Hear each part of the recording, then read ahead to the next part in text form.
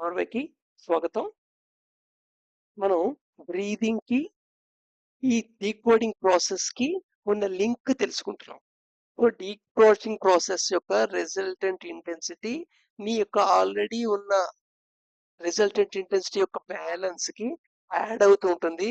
Normal condition లో ఒక నిమిషంలో 12 థాట్స్, ఒక నిమిషంలో కాదు, సారీ, ఒక పల్స్ బీట్ లో 12 థాట్స్ జనరేట్ అయ్యే ఛాన్స్ ఉంటుంది ప్రాసెసింగ్ లో.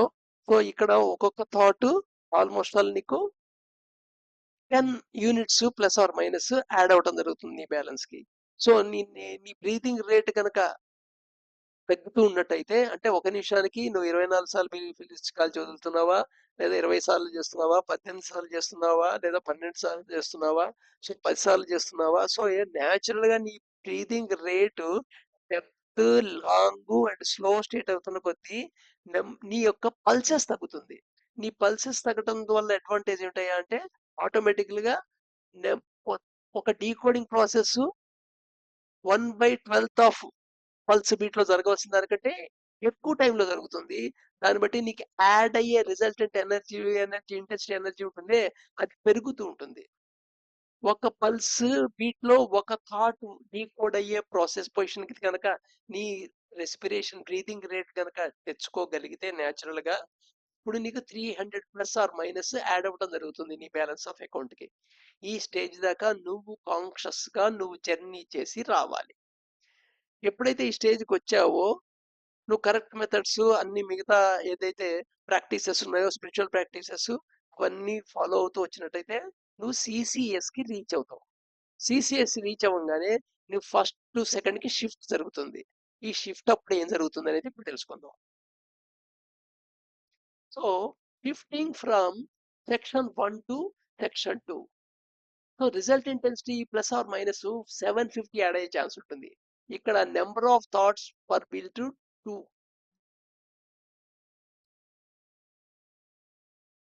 సో డీకోడింగ్ ఆపరేషన్ రెండు బీట్స్ కి 1 థాట్ అనమాట. సారీ, ఇక్కడ 2 రాస్తుంది, you have to rectify it. రెండు బీట్స్ లో ఒక థాట్ అనమాట. అలాగే 2.5 లో ఒక థాట్ అనమాట. 3 బీట్స్ లో ఒక థాట్ అనమాట. సో ఇక్కడ నుండి 132 కాదు, 1 or 2 థాట్స్. సో దాన్ని బట్టి ఆటోమేటిక్ గా నీకు ప్రోగ్రెస్ ఇంక్రీజింగ్ ఉంది. ఇంతకు ముందు ఇంక్రీజింగ్ ఎలా ఉంది, 10, 20, 30 అలా మార్జినల్ గా పెరిగింది. బట్ ఇక్కడ చూడు, జస్ట్ 2.5 కి 750 అలా 1800 అయింది. మళ్ళీ 3 అయ్యేప్పటికి 3 పల్స్ బీట్ టైం బీట్ లో ఒక థాట్ డీకోడ్ అయ్యే పొజిషన్ తీసుకొచ్చామంటే అక్కడ నీకు యాడ్ అయ్యే ఎనర్జీ 4500 ప్లస్ ఆర్ మైనస్ మళ్ళీ ఇక్కడ. సో అదే 3.5 పల్స్ బీట్ లో ఒక ఒక ఒక పల్స్ ని డీకోడ్ చేసే పొజిషన్ తీసుకొచ్చామంటే 6000 యాడ్ అవుతుంది అనమాట. సో ఇది ఈ స్టేజ్ లో సెకండ్ సెక్షన్ నుండి సెకండ్ సెక్షన్ తో ఆపరేట్ చేయడం మొదలవుతుంది. అంటే ఫస్ట్ సెక్షన్, సెక్షన్ 2 నీకు ఆపరేషన్ వస్తుంది. ఇప్పుడు నీ ఇన్సెంటర్ ఫుల్ గా పనిచేస్తుంది. ఇన్సెంటర్ పనిచేసినప్పుడు ఇన్సెంటర్ ఇన్సైట్స్ ఇస్తుంది. ఎట్ ఏ టైము ఒక థాట్ ని, ఒక సమస్యని, ఒక ప్రాబ్లమ్ ని నువ్వు సెక్షన్ 1 నుండి సెక్షన్ 2 కి షిఫ్ట్ చేస్తావు. సెక్షన్ 2 లో అది సొల్యూషన్ ఇస్తుంది. ఆ సొల్యూషన్ నువ్వు ఎగ్జిక్యూట్ చేస్తావు. డెఫినెట్గా ఇది 100% పర్ఫెక్ట్ సొల్యూషన్ అవుతుంది. సో ఇన్సైట్ నుంచి వస్తుంది అనమాట. అప్పుడప్పుడు మనకి అప్రయత్నంగా మనం ఎలాంటి ప్రాక్టీస్ చేయకుండా సర్టెన్ అవర్స్ మనం మన రెస్పిరేషన్ రేట్ న్యాచురల్ గా తక్కువ, ఏదో రకరకాల కారణాల ద్వారా తక్కువగా చేస్తాం. ఆ తక్కువ ఫలితంగా నీ టాప్ లెవెల్లో ఏదైతే సబ్ కాన్షియస్ లో ప్రాబ్లం ఉందో, ఆ ప్రాబ్లం సడన్ గా సెక్షన్ 2 కి అన్కాన్షియస్ గా షిఫ్ట్ అయిపోతుంది. అది సొల్యూషన్ చెప్తుంది. నీకు ఐడియా వచ్చింది అంటుంటావే, అన్నమాట ఐడియా. ఇన్సైట్ వచ్చింది, ఐడియా. జనరల్గా ఒక ప్రాబ్లమ్ ని ఆలోచించి రిలాక్సింగ్ పొజిషన్ లో వెళ్ళగానే ఆ ప్రాబ్లమ్ సాల్వ్ అవుతుంటుంది. జనరల్ గా ఈ సాల్వ్ అవటం అనేది కలర్ రూపంలో కనబడుతూ ఉంటుంది. అందుకని చాలా ఫేమస్ డిస్కవరీస్ అన్ని కళకి అసోసియేట్ అయి ఉంటాయి, జాగ్రత్తగా అబ్జర్వ్ చేస్తే. క్యాకులి అనేవాడు బెంజిన్ రింగ్ పట్టుకోవడానికి కళ కారణం, లైక్ దట్. సో అదే డొమైన్ 3 పొజిషన్ వస్తుంది. ఇంకా నువ్వు రెస్పిరేషన్ రేట్ ఇంకా డీప్ లెవెల్లోకి వెళ్ళింది, రెస్పిరేషన్ రేట్ ఇంకా తగ్గింది అంటే అప్పుడు ఆల్మోస్ట్ ఆల్ 4 బీట్స్ లో 1 థాట్, 4.5 బీట్ లో 1 థాట్, 5 బీట్స్ ఆఫ్ పల్సెస్ లో 1 థాట్, 6 బీట్స్ ఆఫ్ పల్సెస్ లో 1 థాట్. ఇది డొమైన్ 3 యాక్టివ్ ఇంటిగ్రేట్ అవుతుంది. డొమైన్ 3 అంటే ఏంటంటే సెక్షన్ 3 అన్నమాట. సెక్షన్ 3. సో ఇప్పుడు యాక్చువల్‌గా ఒక థాట్ డీకోడ్ అవ్వంగానే లోపల ఒక పల్స్ డీకోడ్ అవ్వంగానే 18,000 యూనిట్స్ యాడ్ అవుతుంటుంది. సపోజ్ ప్లస్ యూనిట్స్ 18,000 యాడ్ అయింది అనుకోండి. అందుకని చెప్పాను కదా! సీసీఎస్ దాటినప్పటి నుండి నీ యొక్క స్పిరిచ్యువల్ ప్రోగ్రెషన్ ఎక్స్‌పోనెన్షియల్‌గా ఉంటుంది. ఎక్స్‌పోనెన్షియల్ గ్రోత్ ఉంటుంది స్పిరిచువాలిటీలో. అందుకని ఈ ప్రాక్టీస్ అంతా ఏం జరగకుండా నువ్వు నీ బ్రీతింగ్‌తో నువ్వు వర్క్ చేయకుండా నీ number of decoding capacity of your section 1 ఆహ్, పర్ పల్స్ బీట్ అనేది ప్రాపర్‌గా మోడిఫై చేసుకోకుండా నువ్వు ఏదో సాధిస్తాను, ఏదో సాధించేసేస్తాను యోగాలు అనుకుంటే పొరపాటు. ఏం జరగదు. జస్ట్ ప్లాసిబో ఎఫెక్ట్ అంటే ఆ ప్లాసిబో ఎఫెక్ట్‌లో నీకేమో కొన్ని గ్లింప్స్ జరగచ్చు. నీకు భ్రమలో ఉండొచ్చు. నీకు ఇల్యూషన్స్ క్రియేట్ అవ్వచ్చు.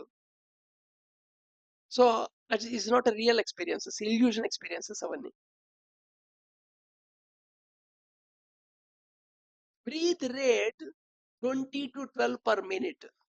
Pulse rate drops from 72 to 51.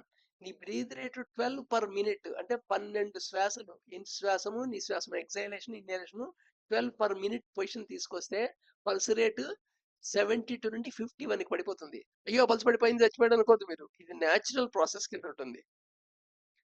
When account shows a balance of plus or minus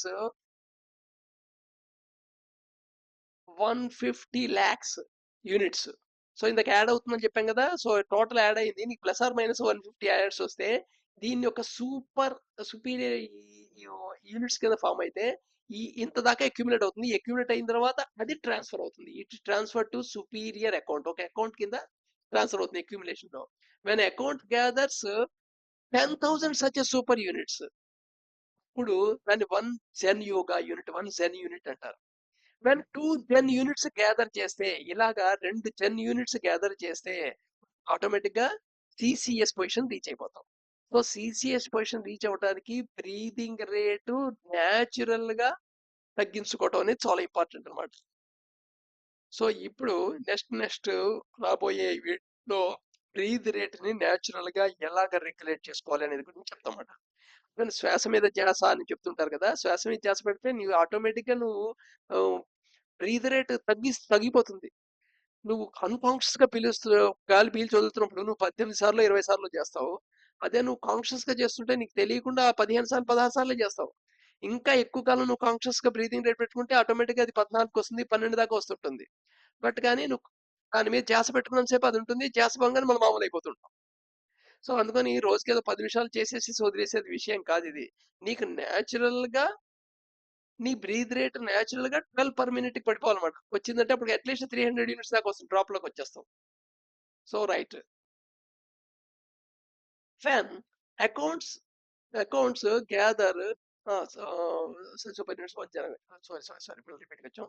this may happen with plus or minus. So ఇక్కడ ఇంపార్టెంట్ పాయింట్ ఉంది. ప్లస్ మైనస్ తో కూడా జరగచ్చు ఇది. అంటే నార్మల్ మోషన్ లో ఉండి అక్యుములేషన్ జరిగి కూడా జరుగుతూ ఉండొచ్చు. ప్రాపర్ గా ప్లస్ తో జరిగితే 2 10 యూనిట్స్ తర్వాత ఇంకా గ్యాదర్ అయ్యే ఛాన్స్ ఉంటుంది. అది లేకపోతే నెక్స్ట్ గ్యాదర్ కావు. But later on more 2 Z units has to be gathered at no man's land. ఈ no man's land first second వీడియోలో వచ్చింది ఇది. ఇది ఫస్ట్ సెక్షన్ 1 ఆఫ్ మైండ్ కి సెక్షన్ 2 ఆఫ్ మైండ్ కి మధ్యన ఒక గల్ఫ్ లా ఉంటుంది. గల్ఫ్ నో మ్యాన్ ల్యాండ్ అంటారు. నో మ్యాన్ ల్యాండ్ అంటారు. సో దీన్ని క్రాస్ చేయటాన్నే ప్రత్యాహార చెప్తుంటారు. ప్రత్యాహార స్టేజ్ అని చెప్తుంటారు. ప్రత్యాహార వింటారు కదా అష్టాంగ యోగంలో యమ నియమ ఆసన ప్రాణాయామ ప్రత్యాహార. ఆ ప్రత్యాహార స్టేజ్ అనమాట. ఇది లాంగ్ పీరియడ్ ఉంటుంది. ఈ ప్రత్యాహార స్టేజ్ లో మళ్ళా టూ అందరు 2 యూనిట్స్ అక్యుములేట్ చేయాలి. అలాగా 4 జెడ్ యూనిట్స్ అక్యుములేట్ అవ్వాలి. ఇక్కడ ప్రపోర్షన్ 5:2:2 ఉంటేనే ఫర్దర్ ప్రోగ్రెస్ ఉంటుంది. లేకపోతే 5:2:2 లేకపోతే ఏమిటి 5:2:2? ఐ సెంటర్, ఈ సెంటర్, ఎస్ సెంటర్, ఎం సెంటర్ యొక్క రేషియో ఈ రేషియోలో ఉంటేనే 4 జెడ్ యూనిట్స్ తర్వాత ఫర్దర్ ప్రోగ్రెషన్ ఉంటుంది. లేతే అక్కడ సస్టైన్ అయిపోతుంది. బట్ 4 జెన్ యూనిట్స్ తో డెవలప్ అయిన వాడు కూడా సక్సెస్‌ఫుల్ లైఫ్ అనుభవిస్తాడు. బట్ కానీ 5:2:2:1 లేకపోతే వాడు ప్రాపర్‌గా ఈ ప్రపంచానికి వాడికున్న ఎనర్జీని, వాడి పొటెన్షియాలిటీని వాడడు. జనరల్‌గా అలాంటి వాళ్ళనే మనం పశులు అని చెప్తుంటాం పురాణాల్లో. రావణాసురుడు, దుర్యోధనుడు, కంసుడు, హిరణ్యకశిపుడు ఇలాంటి వాడు వాళ్ళు కూడా భక్తి మార్గంలో ప్రయాణం చేసిన వాళ్ళే. సో, వాళ్ళు కూడా యోగా చేసిన వాళ్ళే. వాళ్ళు కూడా ఈ కాన్షియస్ ప్రాసెస్‌లో చేశారు. బట్ కానీ ప్రాపర్ ప్లస్ హార్మోనిక్ ప్రాసెస్‌లో ప్రాపర్ ఇది చేయలా. అండ్ వాళ్ళ ప్రపోర్షను ఐఈఎస్ఎం ఇలా లేదు. 5:2 లేదు. అందుకని 4 జెన్ యూనిట్స్ దగ్గర ఆగిపోయారు. బట్ ఎవరైతే 5:2 ఇంకా క్రాస్ చేస్తారో, క్రాస్ చేసి డెవలప్ అవుతారో వాళ్ళు మహానుభావులవుతారు. వాళ్ళని మనం మనుషుల కింద కన్సిడర్ చేయలేము. అందుకని వాళ్ళని మనం దేవతలకు అవతారమనో, లేదా వాళ్ళే దేవుళ్ళనో అంటాం మనం.